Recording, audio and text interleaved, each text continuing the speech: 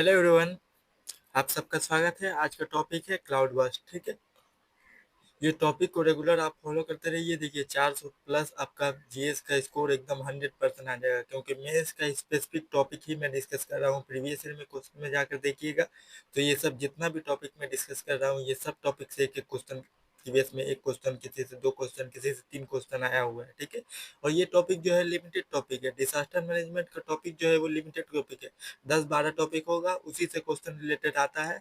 और थोड़ा थोड़ा क्वेश्चन डायरेक्ट क्वेश्चन आता है, कभी कभी इनडायरेक्ट क्वेश्चन आता है, लेकिन क्वेश्चन यहाँ से देखने को आपको मिलेगा ही। ठीक है, जीएस पेपर 1 में भी कभी कभी मिल जाता है, जियोग्राफी वाला टॉपिक में, और कभी कभी जी पेपर 3 में डिजास्टर मैनेजमेंट में। ठीक है, ये इसी के लिए आपका ये टॉपिक भी बहुत इंपॉर्टेंट है। ये सब टॉपिक जितना डिजास्टर मैनेजमेंट वगैरह कवर कर रहे हैं, ये सब इसी में भी आपका बहुत काम आएगा। ठीक है, देखिए सबसे पहला topic cloud burst.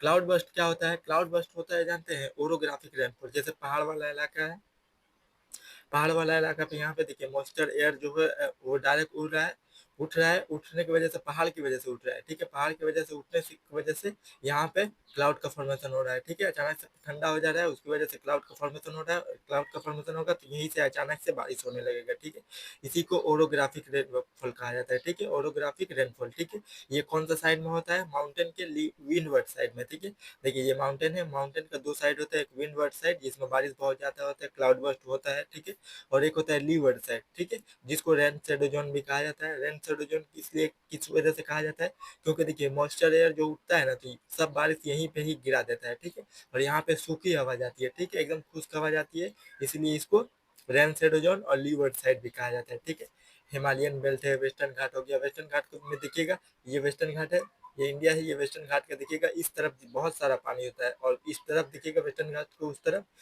Liver side में देखिएगा बारिश एकदम नहीं होता है। इसी वजह से देखिएगा यहाँ वाला इलाका जो होता है वो बहुत सूखा पड़ा रहता है। ठीक है, heat wave dot like condition यहीं पे होता है।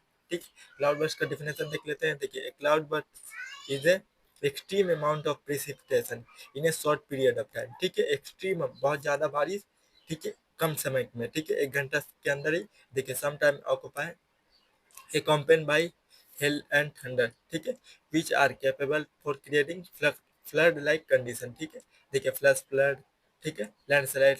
Cloud burst can quickly dump large amount of water. ठीक है, उसके बाद देखिए however cloud burst are infrequent as they occur only in the orographic slip। ठीक है, क्लाउड बर्स्ट स्लिप होता है, ये प्री के क्वेश्चन में भी आ सकता है कि प्री के क्वेश्चन में देखिएगा प्रेसिपिटेशन से क्वेश्चन ये आ सकता है। ठीक, कि ओनली ओरोग्राफिक लिफ्ट। ठीक है, सिर्फ पहाड़ी इलाका में ही होता है। ठीक है, पहाड़ में जहाँ एक तरफ से मॉइस्ट हवा उठती है और वहां जाके अचानक से बरसा देती है। ठीक है, नॉर्मल प्लेन एरिया में ये क्लाउड बर्स्ट नहीं होता है। ठीक है, नॉर्मल रेनफॉल होता है। ठीक है, occasionally when a warm air parcel mix with the colder air. ठीक है, वार्म यहाँ से गर्म हवा उठ रही है, यहाँ जाकर अचानक से ठंडा हो जा रही है, क्योंकि माउंटेन का एरिया जो होता है वहाँ पे टेम्परेचर कम रहता है। ठीक है, माउंटेन के ऊपर जाइएगा तो वहाँ पे टेम्परेचर कम रहता है, और हवा उठ कर जा रहे हैं वहाँ पे तो अचानक से ठंडा हो जाता है। ठीक है, रिजल्टिंग इन सडन कंडेंसेशन। ठीक है, कंडेंसेशन होगा, बादल का फॉर्मेशन होगा, क्लाउड का फॉर्मेशन होगा, और अचानक से बारिश होने लगेगी। ठीक है,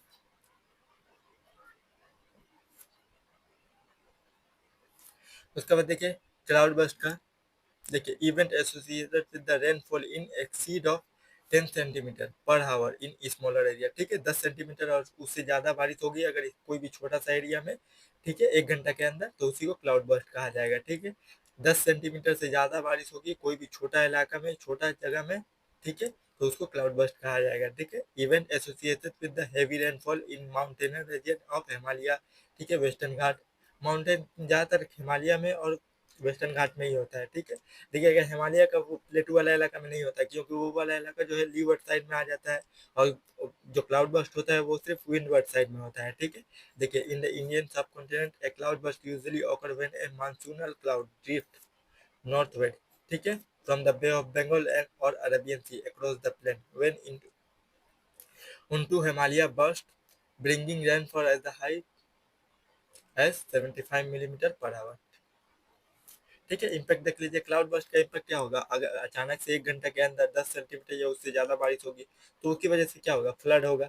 ठीक है, फ्लड होगा। फ्लड होगा तो फ्लड वाला टॉपिक से आप उसका इम्पैक्ट लिख लीजिएगा।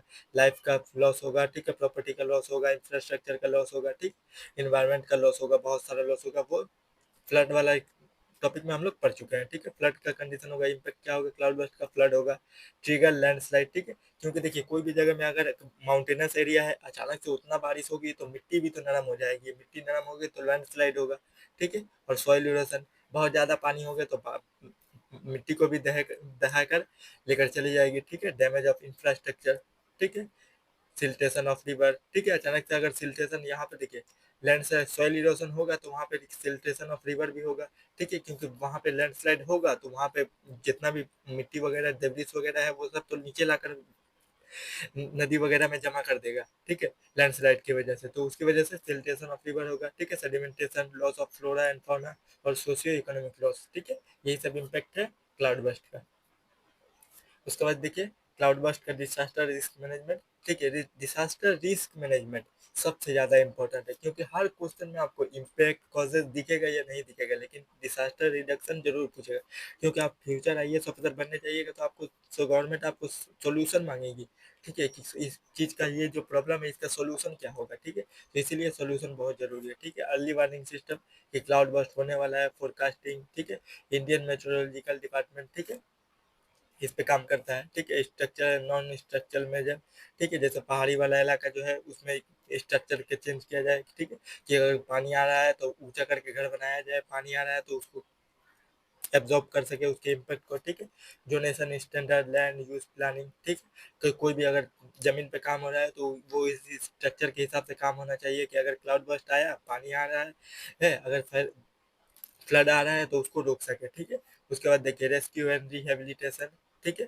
क्लाउड बस्ट के टाइम में कोऑर्डिनेशन एंड ट्रेनिंग, ठीक है। वहाँ पे जो लोग रहते हैं उसका कोऑर्डिनेशन और ट्रेनिंग। कोऑर्डिनेशन किस में के बीच में, लोकल बॉडी के बीच में, स्टेट के बीच में, ठीक है, और पीपल के बीच में। और ट्रेनिंग किसको, पीपल को ट्रेनिंग प्रोवाइड किया जाए, ताकि वो क्लाउड बस्ट के टाइम में अगर फ्लड लाइक कंडीशन आया तो वो अपनी ज़िंदगी बचा सकते हैं, ठीक है। और कैपेसिटी बिल्डिंग, ठीक है। कोऑर्डिनेशन में वही कैपेसिटी बिल्डिंग और ट्रेनिंग वगैरह, ठीक है। अवेयरनेस ट्रेनिंग, ठीक है। ये सब चीज़ें एक बार देख लीजिएगा, ठीक है, लोकल कम्युनिटी के बीच में ही। हो गया। अगला टॉपिक है हम लोग का लैंडस्लाइड और एवलांची, ठीक है। एक एक टॉपिक करके एक वीडियो में ही पढ़ेंगे। कोई वीडियो बड़ा है तो बड़ा 10-15 मिनट लग सकता है, कोई वीडियो छोटा है तो 5-7 मिनट में भी हो जाएगा, ठीक है। रेगुलर ये टॉपिक को फॉलो कीजिए, मेंस में आपका प्रॉब्लम नहीं होगा, ठीक है। क्योंकि देखिए प्री के लिए तो बहुत सारे कोचिंग सेंटर वाले पढ़ाते हैं, लेकिन मेंस के लिए आपको वो बोलेंगे कि ऑनलाइन क्लासरूम लेना पड़ेगा, और ये सब चीज़ें वो लोग प्रोवाइड नहीं करेंगे, ठीक है। ये बात का खास करके ख्याल रखिएगा कि वो मेंस का टॉपिक नहीं पढ़ाते हैं, वो सिर्फ प्री ओरिएंटेड पढ़ाते हैं जो कि बच्चे ज़्यादा देखना चाहते हैं। लेकिन आपका रियल कंपटीशन मेंस में है, मेंस में आप अच्छा लिखिएगा तभी आपका रैंक अच्छा आएगा, आईएएस बन पाइएगा। नहीं तो 5 बार भी अटेम्प्ट दे दीजिएगा तब भी आपको आईपीएस आईआरएस ऐसा कुछ मिलेगा, ठीक है, आईएएस नहीं बन पाइएगा, ठीक है। इसलिए मेंस के लिए पढ़िए ताकि पहले बार में ही, अगर 5वां बार में भी प्री क्लियर होता है तो 5वां बार में भी आपका रैंक 50 के अंदर आएगा, आईएएस बन जाए, ठीक है। नहीं आज की वीडियो में, थैंक यू, बाय बाय।